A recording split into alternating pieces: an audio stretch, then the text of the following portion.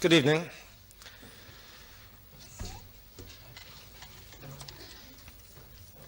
Today I return to a discussion of the Russian cinema, to the figures of Eisenstein and Dovzhenko, but primarily Dovzhenko. Today Eisenstein will be used as something of a foil for a discussion of Dovzhenko. And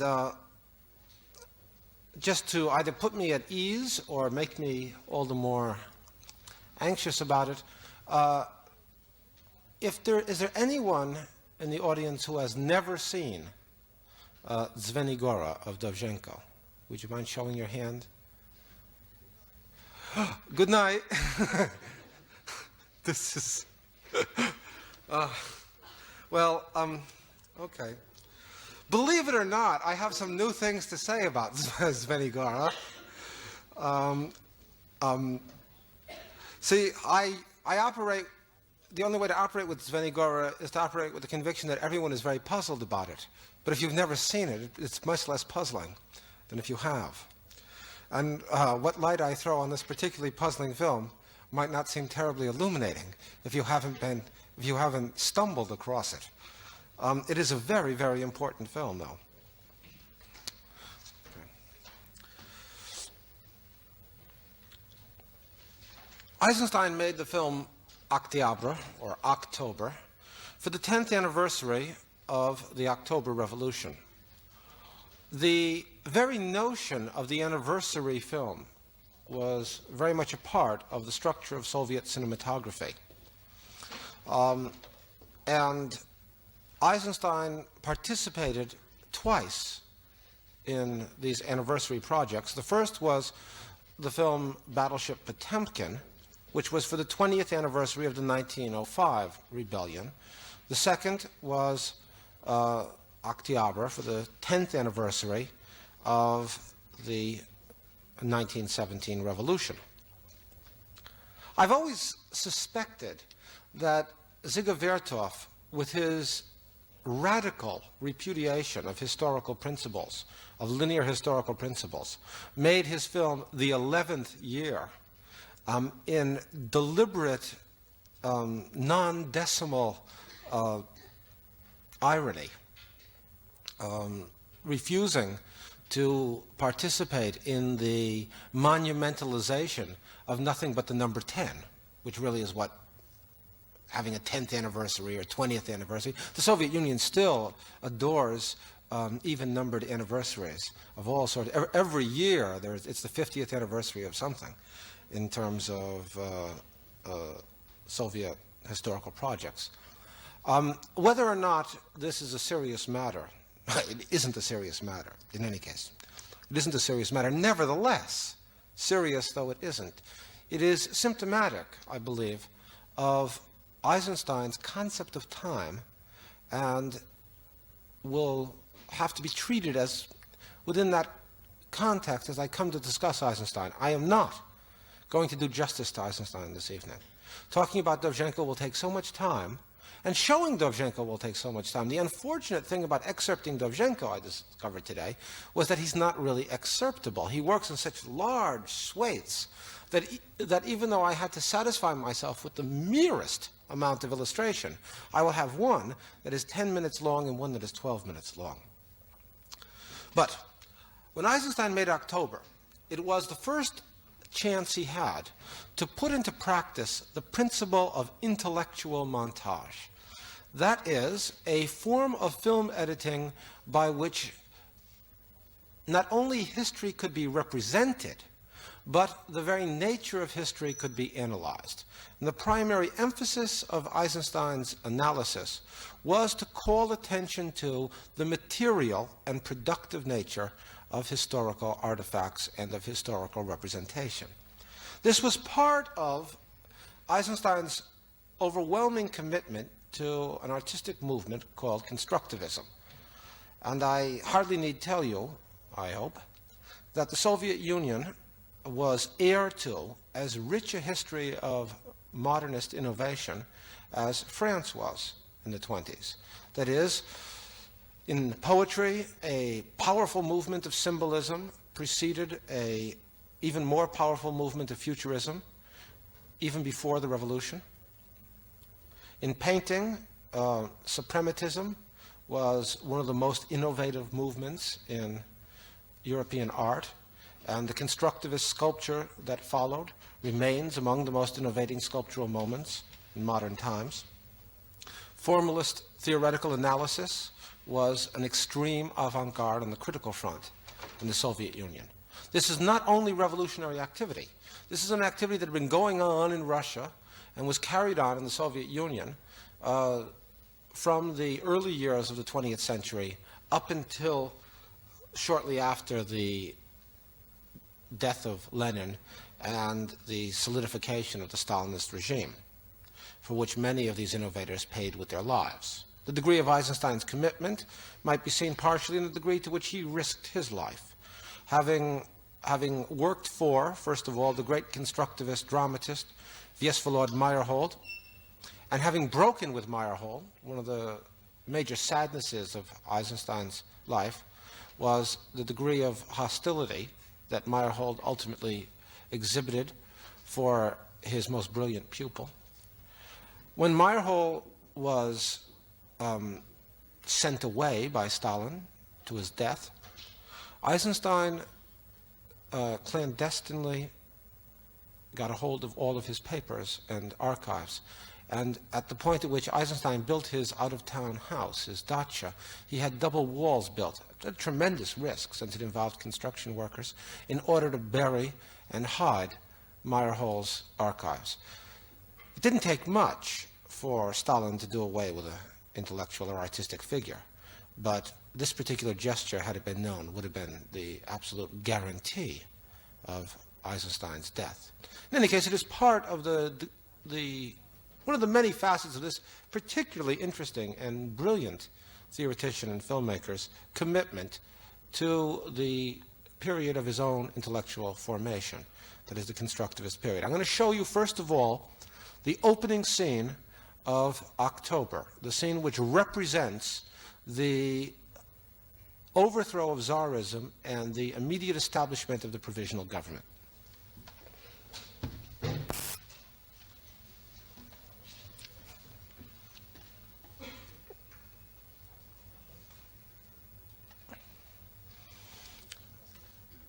Here the bridge itself is seen as a negative moment in a constructivist paradigm.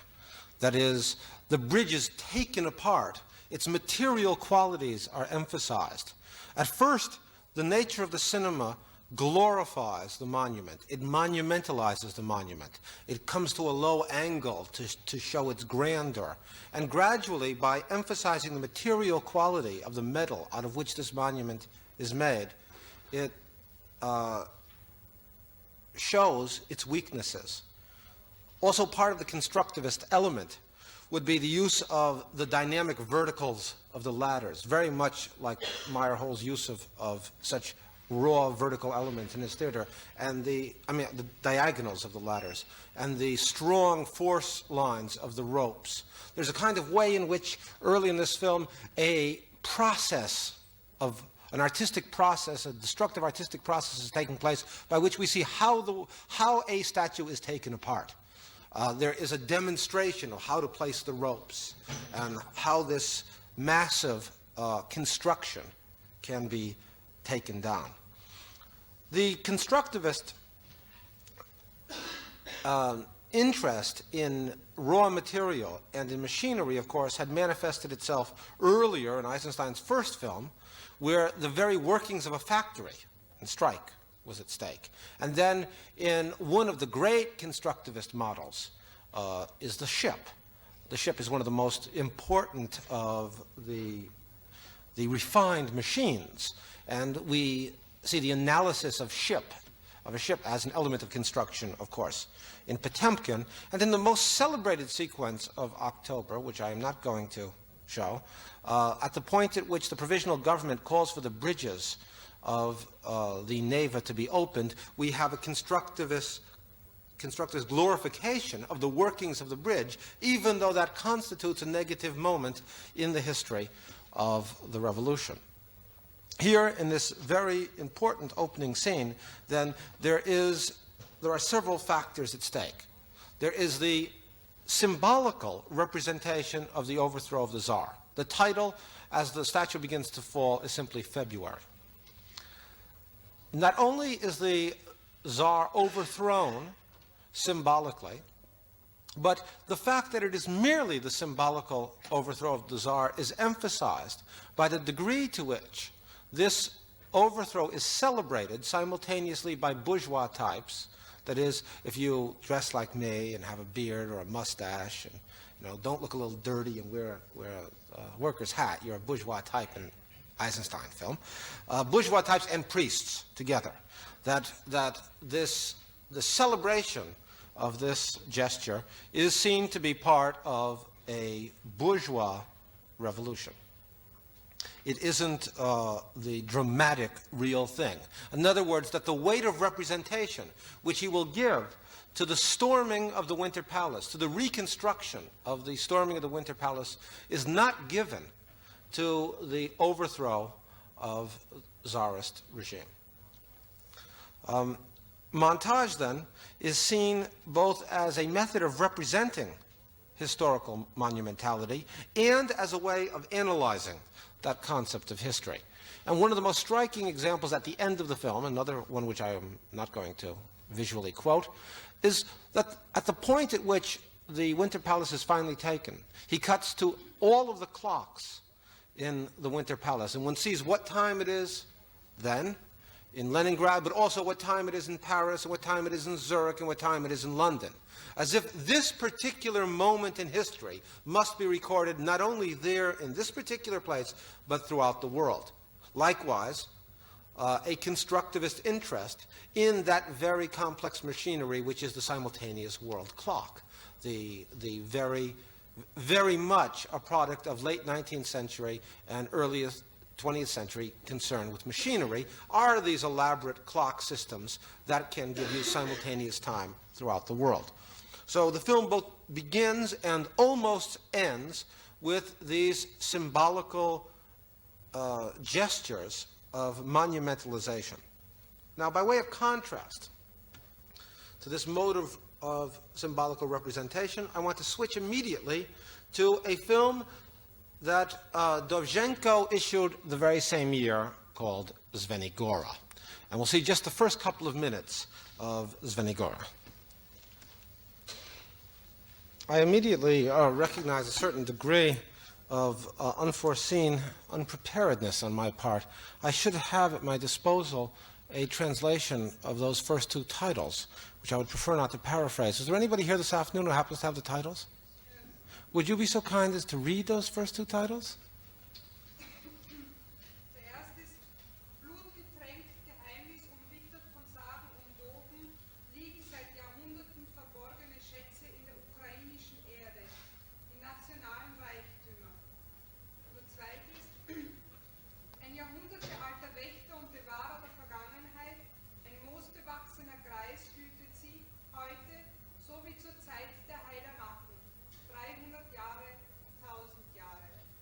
Thank you very much. So one gets a poetic description of this magic mountain, which is Zvenigora in the Ukraine, and a picture of this grandfather, who will be the central figure of the film, the old white-haired man, his relationship to time in that film. That is, he is a character who has lived as long as that mountain has existed.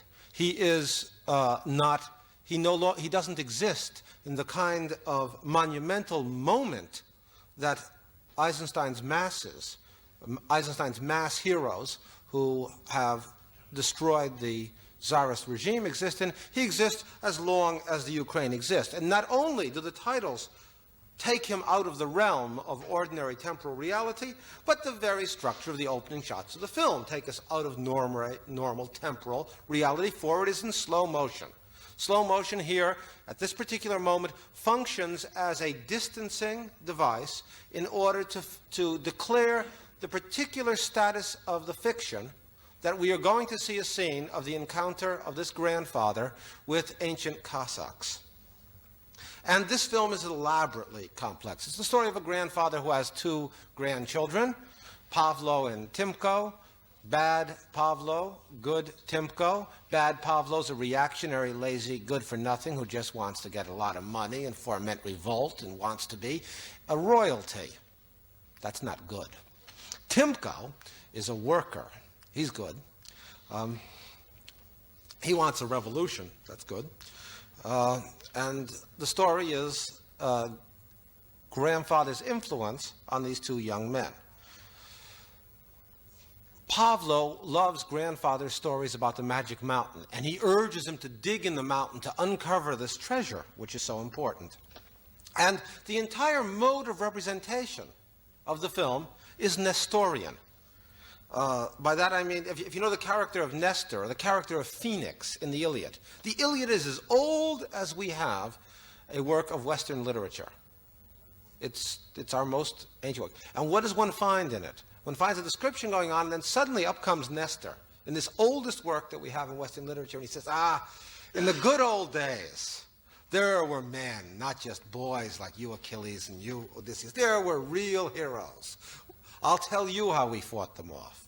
And the Nestorian figure is the figure of the grandfather, who in one of the most marvelous episodes in the middle of this film is fighting a battle against Vikings for the freedom of the Ukraine, and picks up a tree and hits one Viking on his shield, and then a whole row of Vikings fall to their death, one after the other, like a row of dominoes.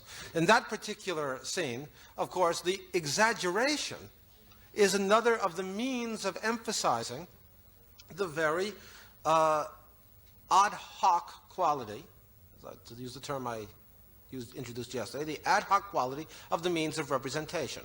Also, that sequence, the entire sequence about Oksana, the woman who saved the Ukraine from the Vikings in this myth, is in superimposition, so that we see them as ghostly, shadowy characters, again, putting the mode of representation into question. Now, the complex structure of this film involves an encounter with Cossacks in the kind of Taras Bulba style that Gogol had made one of the classic forms of storytelling in Russian. And the encounter of the Cossacks is with the Poles as a foreign enemy. And grandfather is seen shooting up at a tree, and suddenly 3 or 4 Poles fall out as he tells the story. And then there's the medieval story of Oksana, who is the mistress of the evil Viking conqueror, but she is his mistress only in order to betray him and decapitate him. And in the story of Oksana, we have very interestingly the syncretism of a Ukrainian myth with a well-known apocryphal story from the apocryphal books of the Bible, that is the story of Judith and Holofernes. Not only that, there's a little episode intercalated amid all this in which a pagan Ukrainian ritual of floating wreaths down a river, a fertility ritual, is filmed in such a way with the grandfather voyeuristically peeking in on the maidens performing this rite in such a way that inevitably would evoke to anyone steeped in biblical culture the apocryphal story of Susanna and her bath. By the way, the term anyone steeped in biblical culture is any literate person before the First World War. One of the things that we lose most dramatically, and I know this in America, it's the most tragic loss for understanding anything in literature or art in America, is that people have stopped reading the Bible. And this is a polemical act, to stop reading the Bible. But the result is that the one book upon which reading was taught to the entire Western world for 2,000 years, therefore the one common nexus of illusion gets lost. And things start looking terribly strange, and paintings all get obscure, and stories get obscure, and Blake becomes unreadable, and professors read the Bible. In any case, all of this and the story of the First World War and the story of the Soviet Revolution are intercalated in the film Svetni Gora. They're intercalated not as separate episodes where it says, and now we cut back to, but at any moment it can switch from one to the other in very interesting ways. Now, of course, there's one obvious model in cinema for this complex structure. A model which isn't as complex as this, and that's Intolerance, of course. Intolerance, Griffith's film, which had a tremendous influence in the Soviet Union, intercalates 4 stories of historical intolerance. The crucifixion of Christ, the St. Bartholomew's Day massacre, the fall of Babylon, and the so-called modern story about a basically good-hearted young American worker who is ruined by do-gooders and who is ultimately falsely accused of a murder he didn't commit. So Griffith, as you know, intercut from one story to the other and attempted to create a kind of cinematic fugue out of these various elements. I think there's another source that one has to pay attention to in Russian literature. And I inquired, and it doesn't exist in German translation at the moment. It is an exceptionally strange and wonderful poem by the Russian futurist poet Klebnikov. And in German, it would be called Die Kinder der Otter, the children of the otter. Now, at this point, I must make a confession. I read no Russian. I'm a sheer, reckless amateur in the matters of Russian cinema, and I depend upon translation, which is a very bad way to go about things. In any case, from what I can tell of Die Kinder der Otter, from the various translations I've been able to collate, is that it is one of Klebnikov's longest poems. It is made up of 6 sections, each of which are called a sail or a Ziegel. And the first has to do with the Orochin, or the Oroki Indians, a primitive Siberian tribe. And then there's a bit of a dialogue on top of Mount Olympus.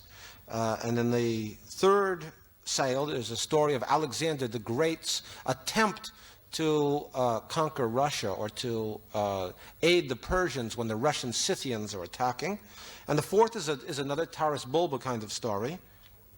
The fifth describes the wreck of the Titanic in a series of scientific and mathematical calculus metaphors. And the sixth, the wildest of all, is called the Ziele der Otter. And it's a dialogue between Hannibal and Scipio and Copernicus, all of whom are wrecked on the island of Klebnikov. A poem that seems to have occupied a prominent place in Russian futurist literature. And there are various connections one can make to Dovzhenko. Dovzhenko was not the kind of intellectual Eisenstein was. Dovzhenko was not deeply immersed in the central intellectual life of his nation. He was a bit of a provincial. He was a Ukrainian nationalist of sorts at a time when it was very dangerous to be Ukrainian nationalist. He had been a cartoonist. He had odd intellectual interests. But one can be fairly certain that he knew of Klebnikov, who ultimately went to Kharkov, which was the Ukrainian intellectual center, and there he knew Yogansin, who produced the script for Svetni Gora. Now, the status of the script for Svetni Gora is another problem. Dovzhenko seems to have been a colossal egomaniac and refuses to acknowledge anybody ever having credit for anything in his film. So as he tells the story, he got this script and he changed everything. Sometimes he says he changed everything. Sometimes he says he threw it away and wrote a completely different one. However, when the film came out, there was Yogansin's name on the film. In any case, one can possibly trace in this strange work the vestiges of the most radical futurist experiments in Russian poetry, superimposed upon his own, Dovzhenko's own, Ukrainocentrism, his own love of Ukrainian folklore, and the influence of a film like Intolerance. In all of Dovzhenko's films, there is one central symbol. Here it's the magic mountain, Zvenigora itself. In the end, although they dig in Zvenigora and they look in every way for its treasure, it turns out that the treasure of Zvenigora, as thematized in the film, is not within it, but around it. That is, the treasure that has always been promised to come forth from Zvenigora, as thematized in this particular film, is the Ukrainian working class itself, is the Ukrainian communist movement. So at the end of the film, what had been taken literally, that is, a treasure that could be materially and physically seized, can only be taken figuratively as the treasure of the national working force. All of his other films turn around central symbols. In Earth, the tractor provides that particular symbolic focus. In Ivan, it's the establishment of a dam and a power plant at that dam. In Aerograd, it's the aeroplane. This film, Zvenigora, ends ultimately with the acceptance of the grandfather by the revolutionaries. He thinks they're going to kill him, but they take him onto their train, and the film ends as the train storms off over our heads into the communist future. They take him on and they assimilate him. In other words, the grandfather, as the perpetual source, the Nestorian source of Ukrainian folklore and of national literary heritage, is taken on and assimilated by, and a place is found for him among the new generation of radical communists. So ultimately the film participates in the mode of allegory, and the grandfather can only be seen allegorically. But the issue of intolerance isn't that simple, and here's the stage at which I think I have a bit of a contribution to make to Dovzhenko analysis. But first of all, I'll show you the end, almost the end of Intolerance. A brief passage from the end of Intolerance, as much as I can bear, at least. I'm taking up from the point at which Babylon has been betrayed. Cyrus's Persian army has entered and has sacked it, and the chief leaders of Babylon have just committed suicide. At the point at which we're beginning, they're committing they're expiring from suicide.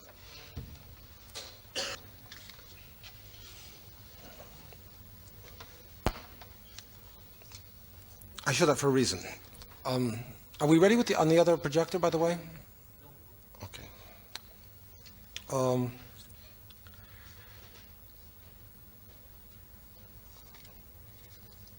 When Dovzhenko came to write his autobiography, some 30 years after making Zvenigora, he made several allusions to the making of Zvenigora. The autobiography is interesting in a particular negative way, in that he never mentions another movie or another filmmaker. He is one of those artists who conceives of himself as having been born full grown on a shell somewhere in the ocean of Parnassus. Before I elaborate on it, since the film is ready, I will go immediately on to the parallel episode. What we have now is the time of the revolution. The revolution has occurred. And we see Timko in school, learning. And Pavlo has declared himself to be the Duke of the Ukraine, and he's traveling around the world on a lecture tour. One of the things, and in Paris, he offers this major thing, a sellout crowd, that the situation in Ukraine is so bad that at the end of the lecture he's going to commit suicide. We'll see what happens.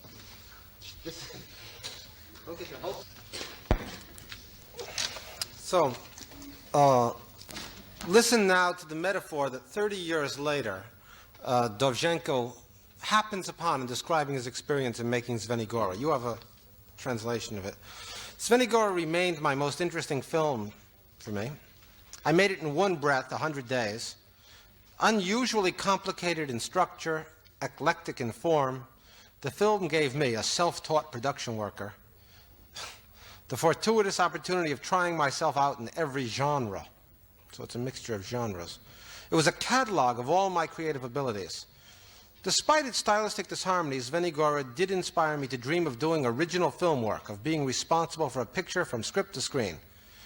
The artistic audience was quite enthusiastic about Svenigora when it came out, but the general public did not accept it because it was difficult to understand.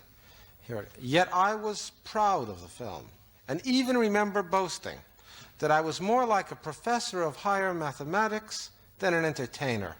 I seem to have forgotten why I came to cinema. Was this a betrayal of film as a mass art? It was not. I didn't know the rules yet, and so didn't know I was making any mistakes. I did not so much make the picture as sing it out like a songbird. I wanted to broaden the horizons of the screen, to break away from stereotyped narrative, and to speak the language of great ideas. I definitely overdid it. But here in the film, as in the Kindred, the metaphor of higher calculus occurs at a particularly crucial moment, because what we have is the choice by Dovzhenko to identify himself with Timko, the mathematician, the engineer. Timko's engineering leads to didacticism, to teaching, as people take down notes as Timko works out a problem for the professor on the board. And then these notes lead to the microphone, to a distant area where workers are listening to things, and then to a song, a constructivist song of production, an ode, a choral ode to the relationship between the metallurgical industries and agriculture in the Ukraine. So that one model for cinema is the model of higher calculus, the model by which cinema analyzes ideas, spreads them around like the megaphone from the centers and capitals and universities to the workers, and produces things. Another model for cinema is entertainment. This is the model that bourgeois rip-offs like Pavlo bring around from city to city. Intolerance, the quick escape film. He's about to kill himself, and then no, he puts on the brake, cut, to a glass of water, and he continues the speech along. He's about to kill himself, no, cut again. And the tension builds up and up and up until finally he agrees to do it, and just at the last moment, Deus ex machina, in come the police, sorry, it's against the law to kill yourself on stage in Paris, and off he goes to another town. And as you see him counting the money in the next sequence, it's quite clear that nervousness which he feigned was, of course, acting, was mimetic acting.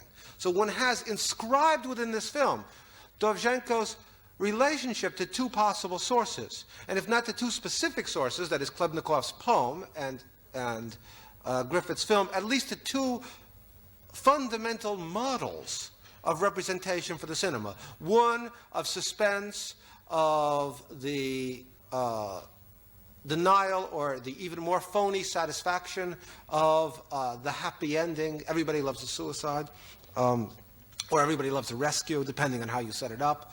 Or the much more difficult, the much more austere, yet ultimately more productive mode of representation, which would be the mathematical one. If we turn away from Svenigora now and back to October, is it up? We can see the sequence called For God and Country. In this particular sequence, Kerensky is now installed in the Winter Palace. And he's looking at the various objects around the Winter Palace while General Kornilov is planning a rightist march on Leningrad, on Petersburg to keep down the dissident Bolsheviks. And Kerensky, the provisional Democrat, becomes fascinated with the Tsarist paraphernalia, the Tsarist materials, and he's thinking about calling on God and country. Now let's look at the way Eisenstein represents the concept intellectually for God and country. In this very impressive sequence, Eisenstein dissects two giant abstractions. Kornilov is marching. Kornilov comes in the name of God and in the name of country. And so Eisenstein shows us what God is. He does it in several ways simultaneously. He gives us a montage of comparative religious iconology. And through the very comparativeness of it, through the way of showing how many different ways in which God has been visualized, the idea of God is treated reductio ad absurdum. But not only that, he films them in a particular order of alienation, so that one begins with the Russian Orthodox Church, which would be most familiar to his viewers, and one ends with a Polynesian wooden deity with its arms hanging like that. And in the course of it, one goes through the dynamic and gorgeous idols of Eastern Europe until one gets to the more grotesque idols of Africa and Polynesia. Not only that, that in the course, Eisenstein shows how the angle at which they are filmed dynamizes the image. That is, the church is seen first at strange angles, and the Baroque Christ flashes like a sun out of that situation. And even the Polynesian deities are seen at a curious angle. At one particular point, the angle dimension is dramatized, where one sees that curious accordion-like deity with the puckered mouth, first from one dynamic angle, then from the other dynamic angle, and then head-on. The head-on image reduces whatever power the angle of cinematography had imbued upon it. So that as he demonstrates the absurdity of the notion, God, through comparative analysis and through analysis of its potential grotesqueness, and even of its materiality, emphasizing the woodenness of those dangling arms in the end, he is simultaneously showing the way in which the mode of representing God, your cinema, participates in either the glorification or in the demystification of the idea it is representing. And from that point on, he shows us country. Now, what is a country? A country is a symbol. It is a land much beyond one's horizons, which one knows through symbols. And one sees the overabundance of cheap symbols, of epaulets, and of medals, and of the ways in which countries have of glorifying or establishing prestige among its citizens through the distribution of these various cheap objects. This is not the only element present, but there is a sense in which the character of Kerensky is weaker than the symbolical power of the environment into which he is moved. As Kerensky climbs the stairs of the Winter Palace, he also symbolically climbs up the rank, giving himself more and more titles. But one also has the sense that he is being induced by the grandeur of this palace to give himself more and more airs. And as he begins to play with the trinkets of the Tsar, he is seduced by the symbolism of these trinkets. He is their victim. They are more powerful than his mind. And Kornilov is portrayed on his static horse, imitating Napoleon, but not imitating Napoleon Bonaparte, imitating a cheap plaster statue of Napoleon. So that even though the metaphor is established, the dynamics of the metaphor are clear. I mean, it'd be possible to create a Napoleonic metaphor which would have awe in it. But here is one of a cheap plaster of Paris, Napoleon. And we'll go right on to the way in which Kornilov's march on Leningrad is represented, and the way in which the workers bring it to a halt. Ultimately, Eisenstein reduces Kornilov's push on Petersburg in terms of a train ride.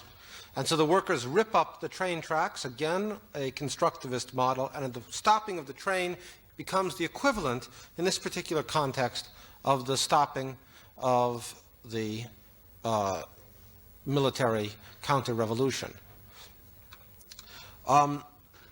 This film was released in 1927.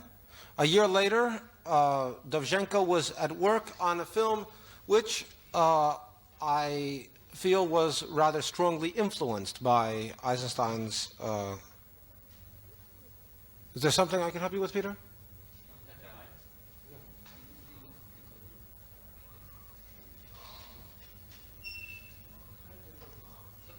Oh. What? Excuse me? Ah, okay. A year later, Dovzhenko produced his most complexly intellectual film, Arsenal. And for the rest of the evening, I will concentrate on Arsenal, showing first one longish excerpt, and then a series of very short ones.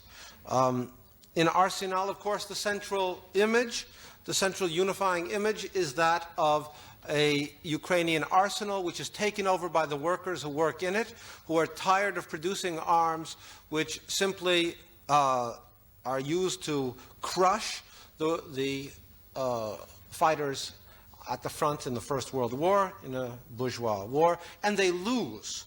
They lose their battle. It's very interesting. It's one of the few Soviet films in which a strategic loss is fully represented. The Potemkin Revolution, for instance, the 1905 revolution is a lost revolution, but Potemkin ends at a moment of supreme optimism. This is a film that shows the destruction of the arsenal by the reactionary forces, yet is a film which brings together in its allegorical construction all of the elements of Ukrainian communism. It begins in typical Dovzhenko fashion as a fairy tale. There was a mother, and you see a woman who had 3 sons, and you see a train carrying 3 men to the front. The train provides a very interesting and useful symbolism in this film and throughout Dovzhenko. In fact, one of Dovzhenko's first films, I think the second film he actually directed, was called A Diplomatic Pouch. And it is about an important diplomatic message that has to get from England to the Soviet Union. And the man who's carrying it gets killed. But a train worker carries it for him. You see the chase through the train, and he passes it on to a ship worker, and so it ultimately makes its way to the Soviet Union. But what we see most of the time in the diplomatic courier or the diplomatic pouch are these images of trains and boats, which are the basis of the chase. Here we will see, near the beginning of Arsenal, an elaborate train episode, which I want to analyze in some detail. In this incredibly elaborate episode, we have the representation of premature revolutionary activities in the Ukraine. Soldiers are returning from the front, and they're being stripped of their clothes. And one Ukrainian soldier reacts to a Russian who looks almost exactly like him, so much that he could be his brother, saying, you Russians are always stripping us Ukrainians of these things. And the other one turns and says, who, me? I'm just trying to get asleep here. And then the train begins to move on. And before the train moves on, there's an image from an earlier part of the film of a man who died of laughing gas, a kind of icon of the absurdity of the First World War, of a bourgeois war. As the train moves on, it is a train of Ukrainian revolution. And it's the first obstacle it encounters is the train conductor himself, a worker who understands the nature of trains, says the incline is too steep, I won't take you, I can't do it. They threaten him, he says I won't do it. But they move on anyway. And we see that the incline not only is steep, but it's sheerly cinematic. The camera is tilted at a side, and the train is going up. I mean, it's an inconceivable element. This is not an incident. This does not memorialize a particular incident in Ukrainian history, but is a generalized principle. So as the train pushes on, it is stopped again, this time by the bourgeois revolutionary forces of the Free Ukraine. And they say, you're Ukrainians, you're ours. But the revolutionary forces have their own guns, led by Timosh, and on they push. They feed the train very fast. The the Bolshevik Revolution is moving too fast in the Ukraine. There are parties that are exuberant over it, as represented by the synecdoche of the concertina player. And there are parties that want to put the brake on it, so the giant fight occurs over the over holding the brake. Finally, this leads to massive panic, massive divisiveness. People begin to split off from the revolutionary train. The revolutionary train itself wrecks to the horror of the bourgeoisie and the authorities even. And out of it comes Timosh. He stands up and he says, "I'll learn to run these things yet." In other words, the entire episode is what in allegorical studies has been called a cosmos, or a cosmetic image. And allegorical poems often have these, something of the shield of Achilles, one particular image which itself contains synecdoches or part images, as the concertina is. And the concertina actually dies. It falls off and just comes to a dying end as the exuberant and joyous element of that pre-revolutionary uprising is defeated. The enthusiasm has gone out of it. But this kind of cosmic image is typical of elaborate allegorical constructions. It is an image that allows for a great degree of personification. Here the train is not treated as a constructivist element so much as an allegorical and symbolical element. And the mode of representation that is common to Dovzhenko is primarily that of allegory. In the next very brief sequence I will show you, first of all, there's a procession announcing joyously announcing the declaration of the free Ukrainian Republic. And the procession is led by priests carrying iconic portraits of Taras Stepachenko. Taras Stepachenko was a Ukrainian slave who wrote revolutionary poetry in the 18th century. I believe in the 18th century, and became a great national hero. After the procession is led by the priest, followed by the politicians, followed by the upper bourgeoisie, and then finally by the students, while Timosh stands on looking in absolute disgust. One of those, one bourgeois celebrant goes home, and it's that brief episode of his returning home and his exuberance at the establishment of the Ukrainian Republic that we want to see now.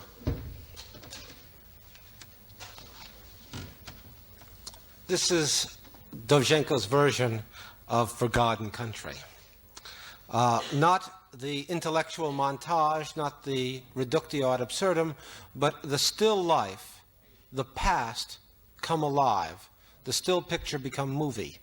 And Stepachenko himself speaks out of the past, blowing out the light lit to him in false use of his image. This is typical of the difference between Eisenstein and Dovzhenko.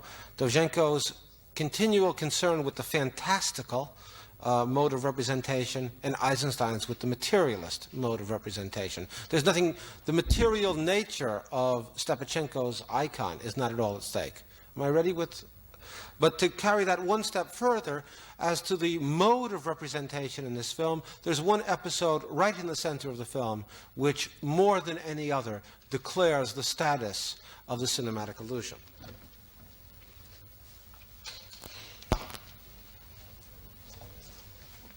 The arsenal worker is dying, and he sends a letter inquiring whether or not he can kill the bourgeoisie if he finds him in the street. And the nurse takes down the letter and says, "And to whom do I address it?" And he's dead. So at this particular moment, in a very characteristic Dovzhenko gesture, she realizes that she can address it to no one, so she stands and addresses it to all those who are possibly seeing the film as the ultimate recipients of the letter.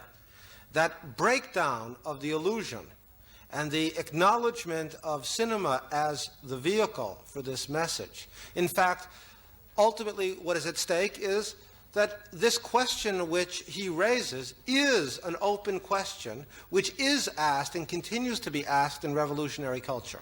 Eisenstein would never have that kind of violation of the cinematic illusion. Eisenstein always works within some version of the coherence and closed system of cinematic representation, because to violate it would to destroy the monumentality of the ongoing event which he is in the process of dissecting. Dovzhenko puts no stock in the event. Dovzhenko puts stock in the momentary ad hoc representation that is on the screen just to raise a particular issue.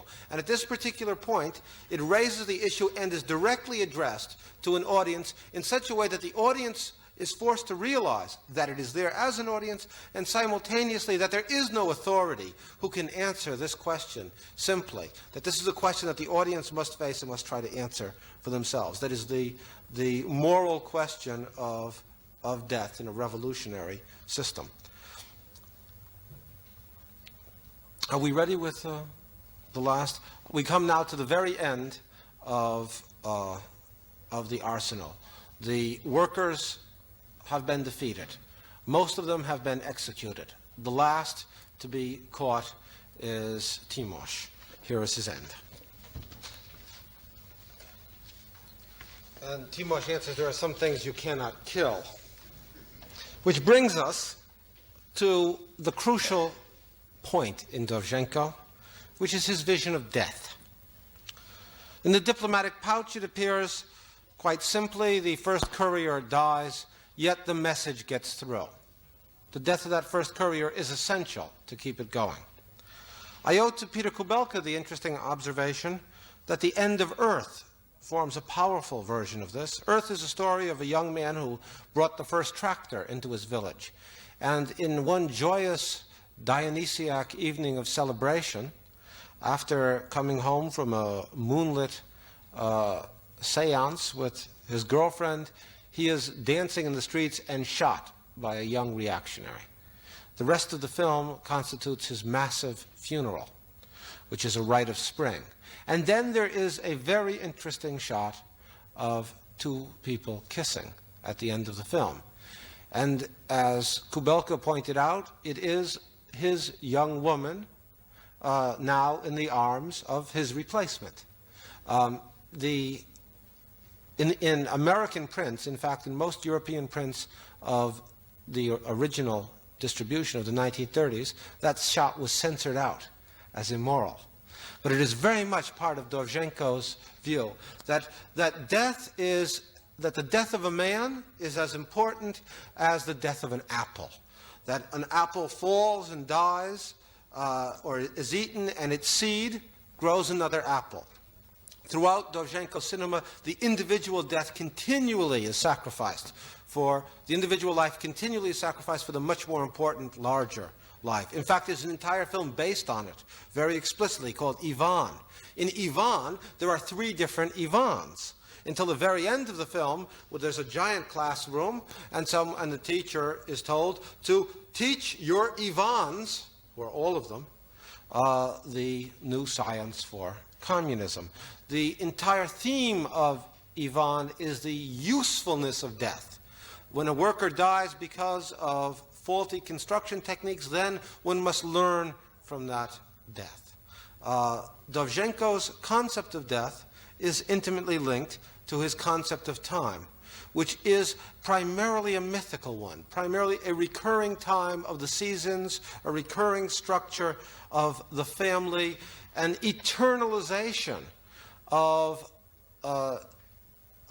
myth and of the vitality of the earth, which moves progressively towards a communist form. So that the syncretism of Oksana and Judith is only one part of a model which will ultimately be the syncretism of the entire Ukrainian national tradition with the heroic efforts to communize the country.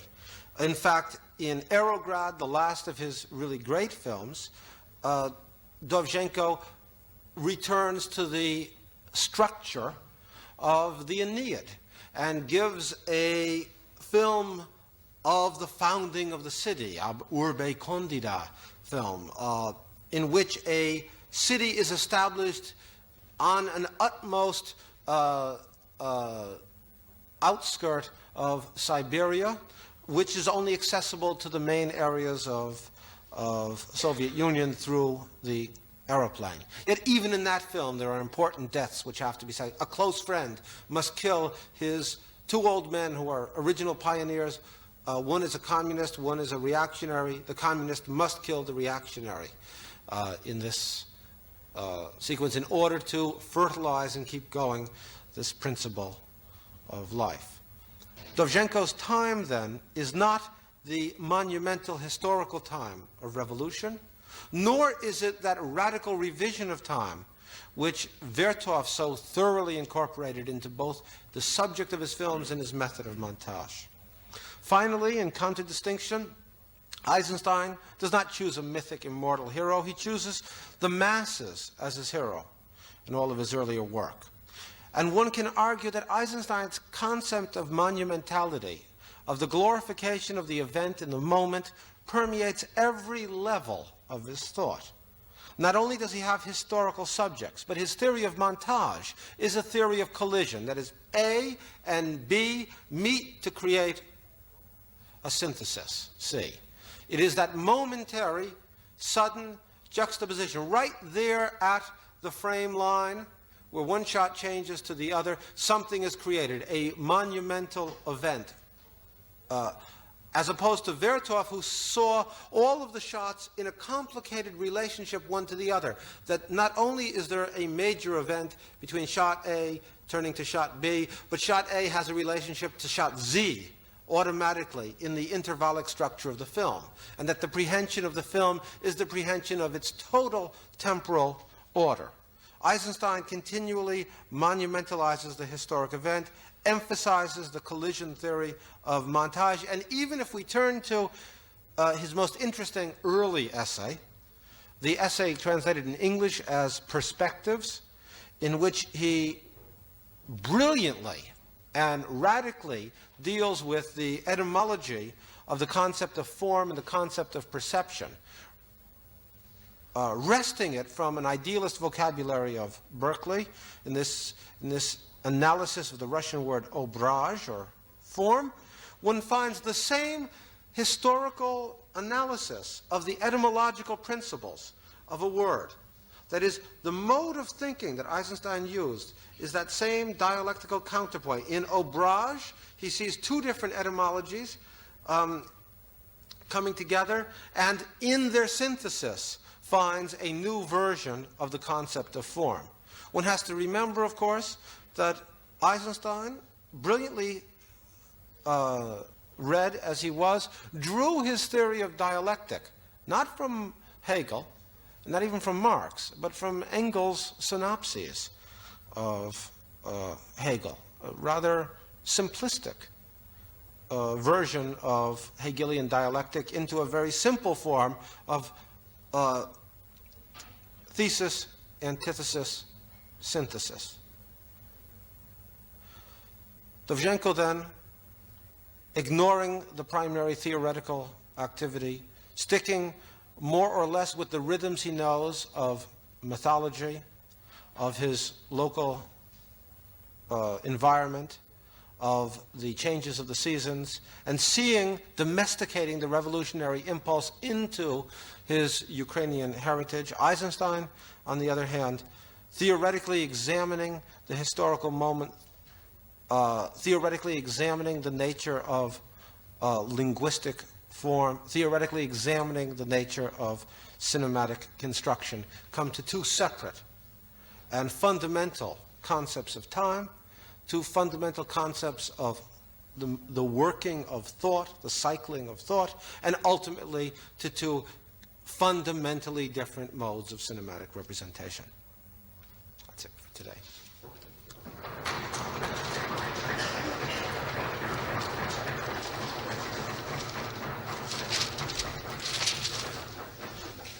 We end tomorrow, and there's a possibility I might even be tired by then. So if there are any questions today, it might be a useful time to have some.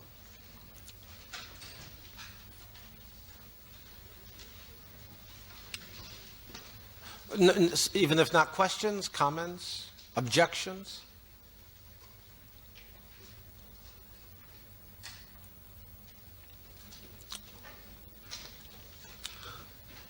Come on, it isn't even 10:30 yet. It's only 5 to 10. I give you a break. Okay, no questions, no mercy tomorrow.